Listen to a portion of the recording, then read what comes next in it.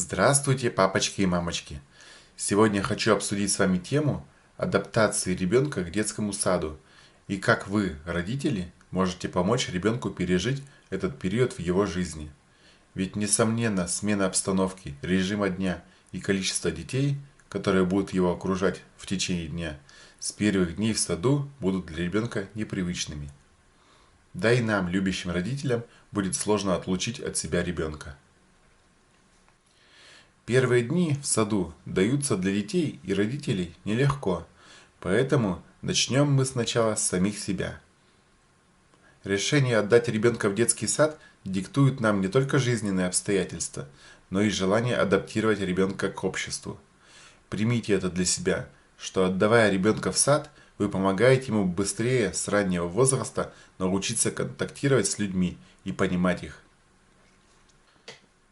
В саду ребенок познакомится с правилами поведения в обществе и научится соблюдать их. Да и вы сами заметите, что примерно с возраста 3-4 лет ребенок сам уже начнет тянуться к сверстникам. Ему необходимо это общение. Малыш в саду узнает, что помимо мамы с папой есть и другие взрослые, к чьему мнению тоже надо прислушиваться. Несомненно, интеллектуальное и физическое развитие можно получить и дома, но вот набраться опыта общения со сверстниками ребенку предстоит в детском саду. И для того, чтобы ребенку было проще адаптироваться к детскому саду, давайте рассмотрим следующие шаги. Шаг 1. Постарайтесь дома заранее максимально приблизить режим дня ребенка к режиму дня детского сада. Не стоит резко переходить на режим сада, подходите к этому плавно. Пораньше ложитесь спать, завтрак, обед и ужин постарайтесь проводить в то же время, что и в саду. Проводите зарядку, покажите физические упражнения. Ваша задача – постараться максимально подготовить ребенка к самостоятельности, такой как переодевание, мытье рук, туалет, носовой платок. Шаг 2. Рассказывайте ребенку истории о том, как весело дети проводят время в детском саду. Приведите примеры, в какие игры дети играют и чем занимаются. Настройте ребенка положительно. Объясните ребенку, что такое детский сад. Шаг 3. Ежедневно тренируйте ребенка самостоятельно одеваться. Сначала с вашей помощью, постепенно уменьшая ваше участие. Повторите, где у футболки и колготок зад, а где перед. Научите выворачивать одежду. Зачастую главным негативным фактором сада для ребенка является именно момент переодевания. Шаг 4. Начните с малого. Познакомьте ребенка заранее с площадкой, на которой гуляют дети в детском саду. Выберите время, когда дети с садика покинут площадку. Придите туда и поиграйте с ребенком. Изучите, что есть на площадке. Поиграйте в песочнице, посидите в кораблике или машинке. Все это даст возможность ребенку быстрее приспособиться к изменившейся обстановке. Шаг 5.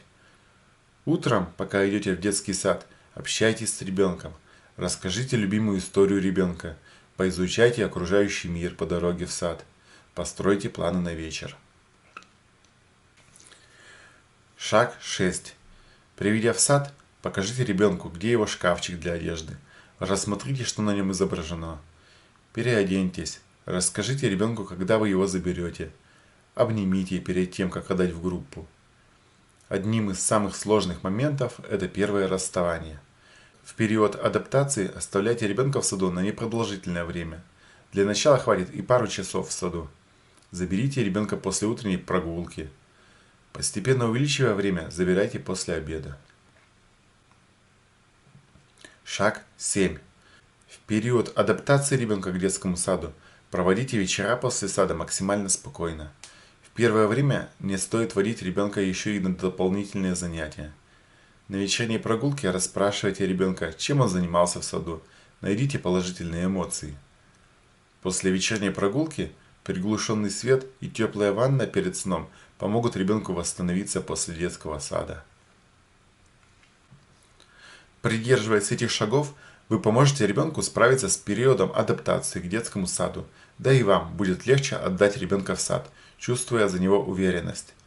Чтобы узнать подробнее про моменты адаптации ребенка к детскому саду, рекомендую ознакомиться с подборкой книг. Ссылочку оставлю в описании к видео. На этом пока что все. Если видео вам понравилось, жду от вас лайк, ну или хотя бы подписку. Спасибо за просмотр. Пока-пока.